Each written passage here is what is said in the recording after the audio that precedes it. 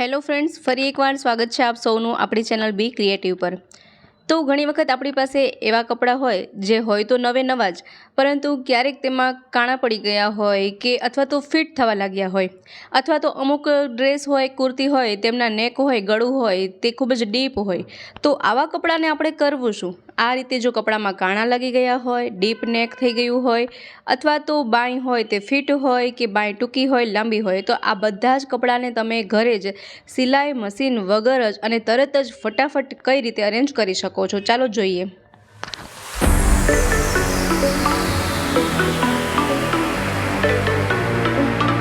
તો જોઈએ idea number 1। તો અહીં મેં એક એવી કુર્તી લીધેલી છે જે છે તો નવી જ, પરંતુ તેમાં આ રીતે હોલ લાગી ગયું છે, કાણું પડી ગયું છે। તો તેના માટે આ ઉપાય કરી શકાય। તો અહીં મેં આ રીતે એક ગુલાબી દોરો લીધેલો છે, ઊનનો દોરો લીધેલો છે, કારણ કે આમાં ગુલાબી પ્રિન્ટ પણ છે। તો ત્યાર પછી જ્યાં આ રીતે કાણું પડી ગયું છે ત્યાં આ રીતે આપણે 6 ડોટ લગાવી દઈશું, 6 ટપકા કરી લઈશું આજુબાજુ।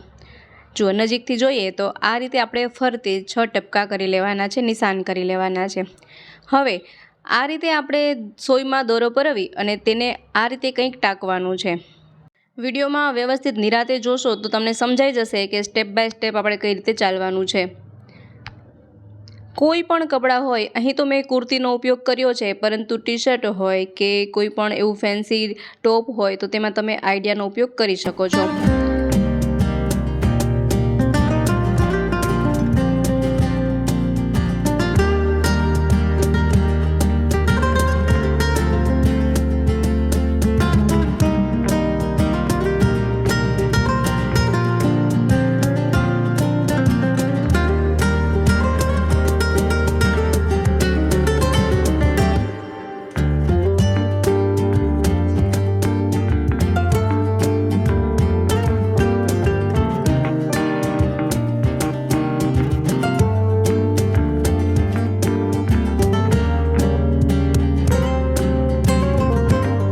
આ રીતે આપણે ફરતે આજુબાજુ સ્ટાર બનાવવાનો છે।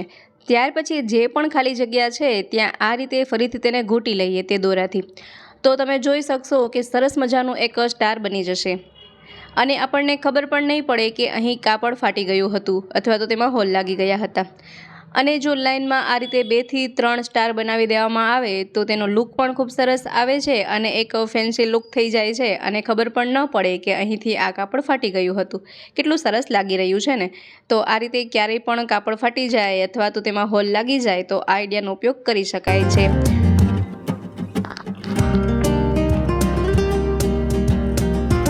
હવે જોઈ લઈએ નેક્સ્ટ આઈડિયા। તો કોઈ પણ સ્લીવને તમે ટૂંકી કરવા માંગતા હોય તો આ આઈડિયાનો ઉપયોગ કરી શકાય। તો આ રીતે આપણે થ્રેડ પરવીશું અને મોટા મોટા આ રીતે ટાંકા લેવાના છે। અહીં જો ફેન્સી ટોપની સ્લીવ હોય અથવા તો કુર્તીની સ્લીવ હોય, કોઈ પણ રીતની બાંય હોય, તેમાં તમે આ ઉપાય કરી શકો છો।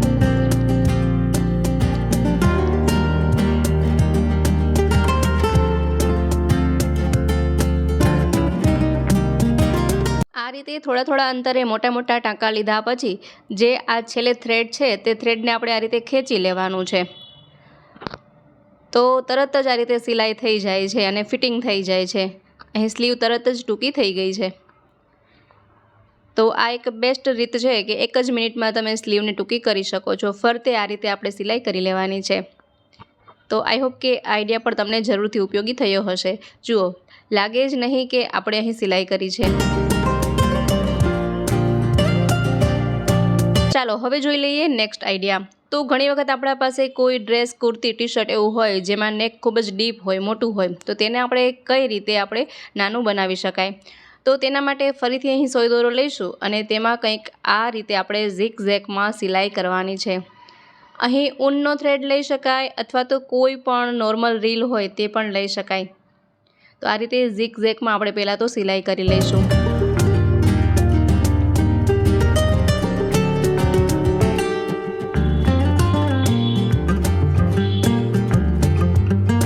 અહીં આપણે નેકના સેન્ટર પાર્ટમાં જ આ રીતે સિલાઈ કરવાની છે અને બંને બાજુ સરખું અંતર રાખવાનું છે, માપ સરખું રાખવાનું છે। આ રીતે સિલાઈ કર્યા પછી હવે આ સિલાઈને એકદમ ખેંચી લેવાની છે। અહીં આપણે આ સિલાઈને વધારે જ ખેંચવાની છે, તો કંઈક આ રીતે નેક થઈ જશે। જુઓ અહીં મેં આ બ્લેક કલરનું કપડું લીધેલું છે, તો વ્યવસ્થિત તેમાં ડિઝાઇન એટલી નથી દેખાતી, પરંતુ ખૂબ જ સરસ રીતે અહીં તેની ડિઝાઇન બને છે.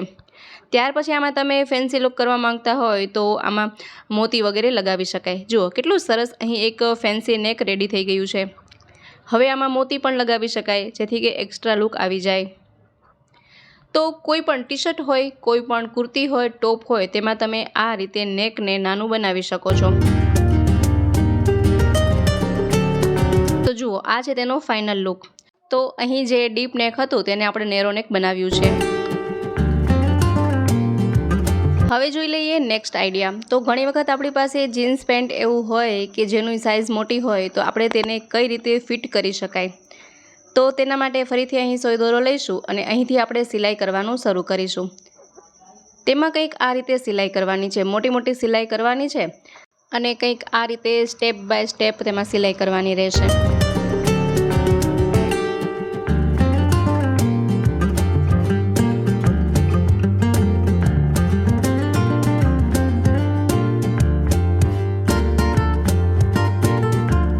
જુઓ કંઈક આ રીતે મોટી સિલાઈથી આપણે છેક સુધી નાની સિલાઈ કરવાની રહેશે. પછી આ રીતે તે થ્રેડને આપણે ખેંચી લઈશું, તો જીન્સ પણ ફટાફટ ફિટિંગ થઈ જાય છે. જુઓ લાગે જ નહીં કે આ જીન્સમાં આપણે આ રીતે ફિટિંગ કરેલું હશે. તો આ પણ એક ખૂબ જ બેસ્ટ આઈડિયા છે. જ્યારે પણ જીન્સ લૂઝ થતું હોય તો આ રીતે તમે સાઇઝ તેની નાની બનાવી શકો છો, કમર ઘટાડી શકો છો. આઈ હોપ કે આઈડિયા પણ ગમ્યો હશે. હવે આપણે તેમાં જ એક બીજો આઈડિયા જોઈ લઈએ કે ઘણી વખત કોઈ જીન્સ એવું હોય કે જેની લંબાઈ વધારે હોય, જીન્સ મોટું થતું હોય, અથવા તો કોઈ એન્કલ લેન્થ હોય, અથવા તો કોઈ કેપરી હોય જે આપણે સાઇઝમાં મોટી થતી હોય, લાંબી થતી હોય, તો તેમાં તમે આઈડિયાનો ઉપયોગ કરી શકો. કંઈક આ રીતે આપણે તેને વાળવાનું છે અને ત્યાર પછી આ રીતે તેમાં સિલાઈ કરીશું. પહેલાં તો આ રીતે આપણે તેમાં ટાંકા લગાવીશું. હવે ત્યાર પછી આ રીતે સોય રાખી અને હવે આ દોરામાં આ રીતે આંટી વાળી અને તેમાં આ રીતે આપણે પરોવતા જઈશું બંને દોરામાંથી. ત્યાર પછી આમાં મોતી પણ લગાવી શકાય. આ રીતે એક મોતી અટેચ કરી દઈએ. ફરીથી આ થ્રેડને આંટી લગાવી અને આ રીતે ગૂંથતા જઈએ. હવે આ સિલાઈને આપણે ફરીથી ટાંકો લગાવી અને સીવી લઈશું. તો આ રીતે તમે કોઈ પણ કપડાની લેન્થ ઘટાડી શકો છો. જુઓ અને લાગી પણ ખૂબ જ ફેન્સી રહ્યું છે. તો કોઈ પણ પેન્ટ હોય લંબાઈમાં વધારે હોય તો આ આઈડિયાનો ઉપયોગ કરી શકો. આ લેડીઝ પેન્ટ માટે આ આઈડિયા ખૂબ જ ઉપયોગી છે. જુઓ દેખાવમાં પણ કેટલું સરસ લાગી રહ્યું છે. કોઈ સ્લીવ મોટી થતી હોય તો સ્લીવમાં પણ તમે આ આઈડિયાનો ઉપયોગ કરી શકો છો.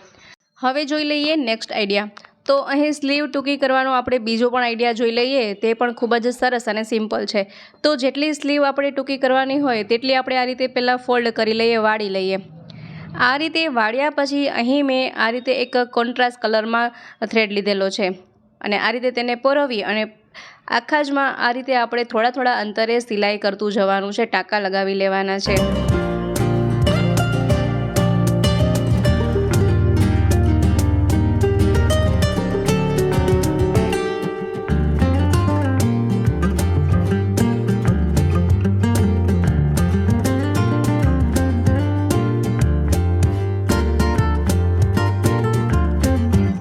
ટાંકા લગાવ્યા પછી હવે આપણે કોન્ટ્રાસ્ટ કલરમાં બીજો દોરો લઈશું. હવે જુઓ અહીં ખાસ અહીં જ શીખવાની જરૂર છે કે આ રીતે જે બે લાઇન છે તેની વચ્ચેથી આ રીતે થ્રેડ લઈ અને હવે આ ત્રીજી લાઇનમાંથી આ રીતે થ્રેડ પરોવી અને હવે આ બે જે લાઇન છે તેમાંથી એક એક થ્રેડમાં આ રીતે સેન્ટરમાંથી આ રીતે પરોવી અને ત્યાર પછી ફરીથી ઉપરની જે બે લાઇન છે તેમાંથી આપણે આ રીતે સોયને પરોવીશું. જો ટોટલ અહીં આપણે 5 લાઇનનો ઉપયોગ થશે.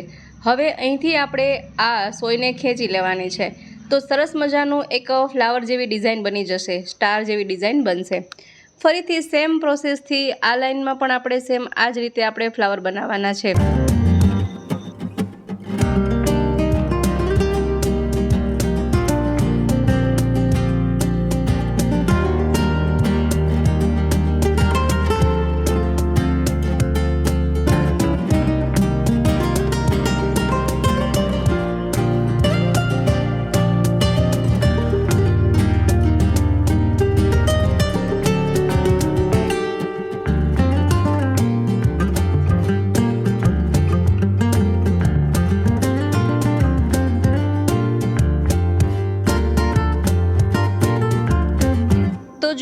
અહીં આ બાંય ટૂંકી પણ થઈ ગઈ છે અને કેટલી સરસ તેમાં ડિઝાઇન પણ લાગી ગઈ છે. જોતાં લાગે જ નહીં કે આપણે આ સ્લીવને ફોલ્ડ કરી અને ડિઝાઇન બનાવી છે.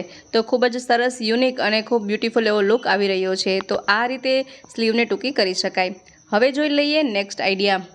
તો અત્યારે જનરલી દરેક લોકો ઘરમાં તો સાડી ન પહેરતા હોય, પરંતુ પ્રસંગમાં તો સાડી પહેરવાની જ હોય છે. તો ઘણી વખત એવું થાય કે બ્લાઉઝમાં આ રીતે આઈવાળો પાર્ટ તૂટી ગયો હોય, હૂક બંધ કરવાનો જે ભાગ હોય તે તૂટી ગયો હોય, તો તેને તમે સિમ્પલ રીતે અને ખૂબ સરળતાથી કઈ રીતે આઈ બનાવી શકો.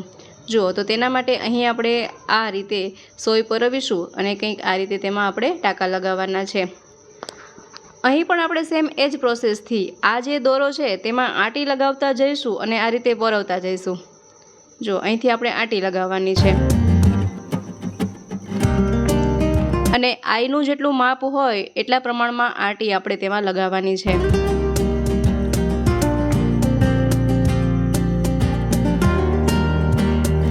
ત્યાર પછી સોય ખેંચી અને હવે આ આઈને આપણે આ રીતે ટાંકવાની છે. હવે અહીંથી આપણે ટાંકા લગાવી લેવાના છે. તો ખૂબ જ સરળતાથી અને સિમ્પલ રીતથી તમે આઈ બનાવી શકો છો. જુઓ, કેટલી સરળ રીત હતી. તો હવે આ રીતે તેમાં તેને બંધ પણ કરી શકો છો હૂક, અને ખૂબ જ સરળ અને સિમ્પલ આ આઈડિયા છે. તો મિત્રો, આશા રાખું છું કે આજના દરેક આઈડિયાઝ તમને ખૂબ જ પસંદ આવ્યા હશે. કયા આઈડિયા સૌથી વધુ પસંદ આવ્યા છે મને કમેન્ટ બોક્સમાં જરૂરથી જણાવજો. સાથે જ વિડીયો પસંદ આવ્યો હોય તો વિડીયોને લાઇક કરજો, શેર કરજો. અમારી ચેનલ પર નવા હોય, પહેલીવાર ચેનલ પર વિઝિટ કરી રહ્યા હોય તો ચેનલને સબસ્ક્રાઈબ પણ જરૂરથી કરજો. ફરી મળીશું નવા વિડીયોમાં નવા જ આઈડિયાઝ સાથે. ત્યાં સુધી જોતા રહેજો આપણી ચેનલ બી ક્રિએટિવ.